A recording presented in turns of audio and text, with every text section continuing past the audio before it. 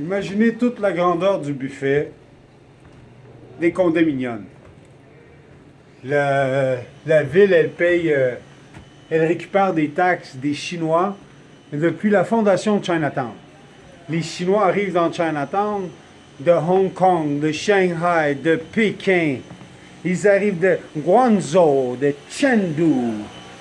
Ils arrivent de villes qui ont déjà des 50, 75, 100 étages, comme à Vancouver, à Toronto.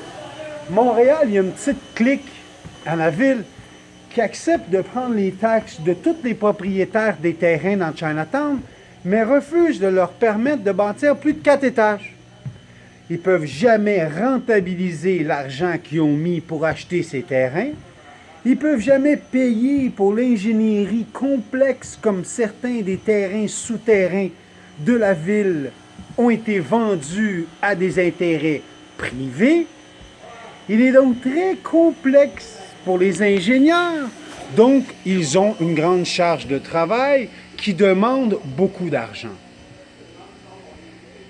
La ville ne veut pas changer son approche, mais les Chinois vieillissants ne pouvons prendre le métro comme on n'a pas d'ascenseur ou de plancher roulant et c'est très complexe pour une personne qui a des corps aux pieds, des varices, des verrues, les personnes âgées de Chinatown pour s'y rendre.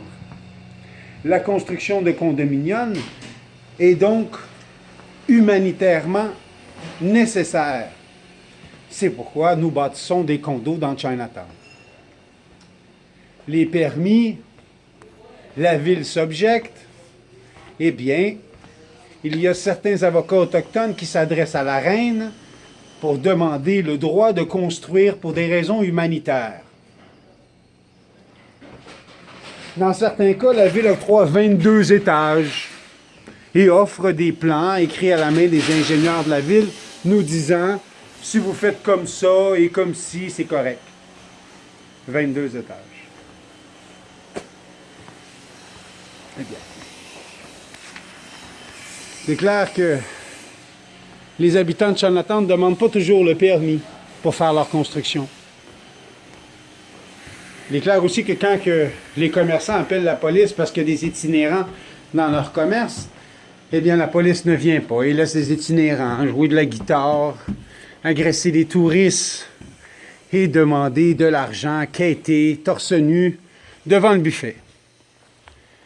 Eh bien, la ville rétorque que les Chinois ne payent pas leur permis lorsqu'ils font des modifications, alors pourquoi est-ce que la ville leur donnerait des services? Eh bien, moi je suis designer. Je design, mais j'ai une commande en ce moment de 200 unités de condominium à fournir à des personnes âgées qui ont besoin d'une place où habiter. Alors, je peux juste faire des pages Facebook et des vidéos et espérer qu'une personne en quelque part écoute et nous vienne en aide financièrement ou avec des avocats pour rendre le droit plus accessible à l'habitation aux personnes âgées qui ont de la difficulté à se déplacer. Chinatown, un quartier unique de Montréal. Pour les Asiatiques en premier, bien sûr, les personnes âgées, dans le besoin. Bien sûr.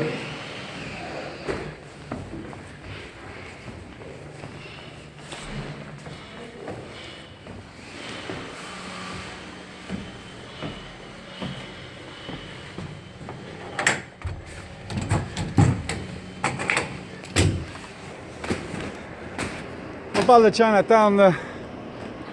C'est là qu'on parle de Chinatown.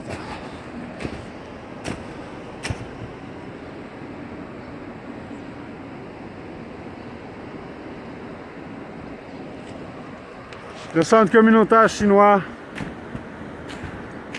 Ah ben oui, Hydro-Québec, eux autres, ils ont le droit d'aller, hein, en hauteur.